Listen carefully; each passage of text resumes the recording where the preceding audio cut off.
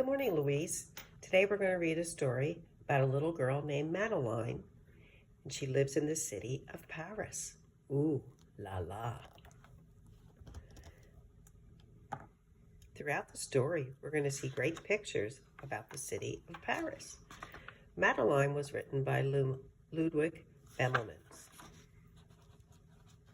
He also made all the drawings in the picture. In an old house in Paris that was covered with vines lived 12 little girls in 2 straight lines. This was their teacher, Miss Clavel. In 2 straight lines, they broke their bread and brushed their teeth and went to bed. Nighty-night, girls. They smiled at the good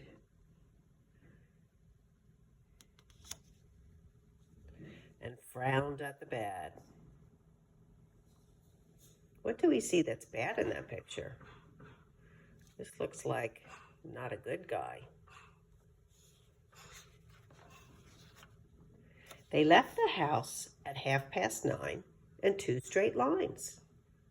Where do you think they would be going, Louise? Tell me. They left in the rain.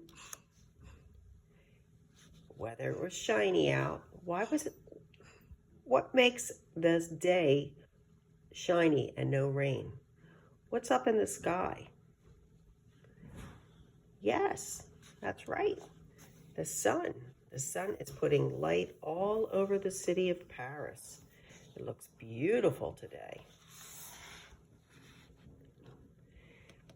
The smallest girl was Madeline. She was not afraid of mice. Ooh, Mimi doesn't like mice. She loved the winter, snow, and ice. To the tigers in the zoo, Madeline just said, pooh-pooh. And nobody knew so well how to frighten Miss Clavel. Remember, Miss Clavel is Madeline's teacher. In the middle of the night, Miss Clavel turned on her light and said, something is not right.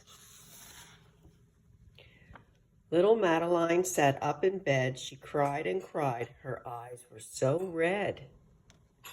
Soon Dr. Cone came. He rushed out to the telephone. Nurse, he said, I'm afraid it's appendix. Uh-oh. What could that mean for Madeline? Everybody had to cry, and not a single eye was dry. Madeline was in his arms in a blanket, safe and warm. Off you go, Madeline. In a car with a red light, they drove out into the night. Where do you think they might be going, Louise? Madeline was sick. She's probably going to the hospital. But she passes the beautiful Eiffel Tower on her way. That's a famous building in Paris. Madeline woke up 2 hours later in a room filled with flowers. She was feeling so much better. Madeline ate and drank. On her bed, there was a crank. A crank makes her bed go up or down.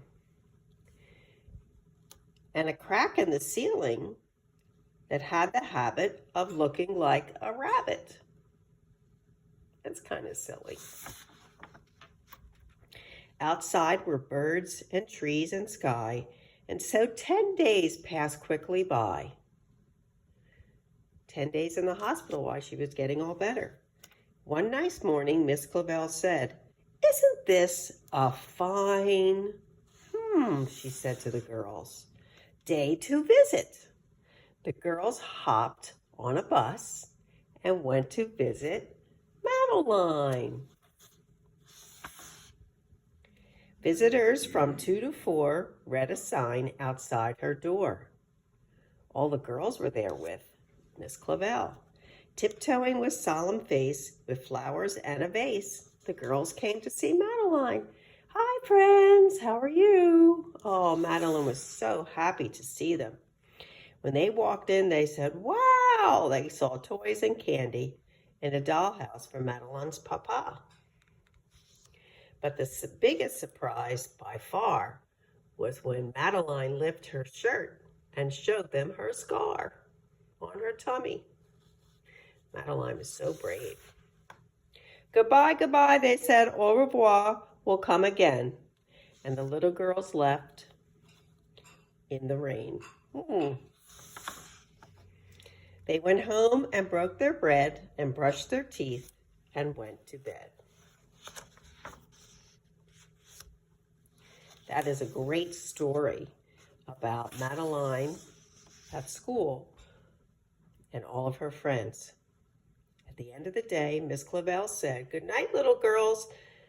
Thank the Lord you are well. And now go to sleep," said Miss Clavel. And she turned out the light and she closed the door.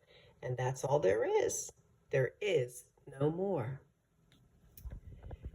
That's a great story, Louise. One of Mimi's favorites.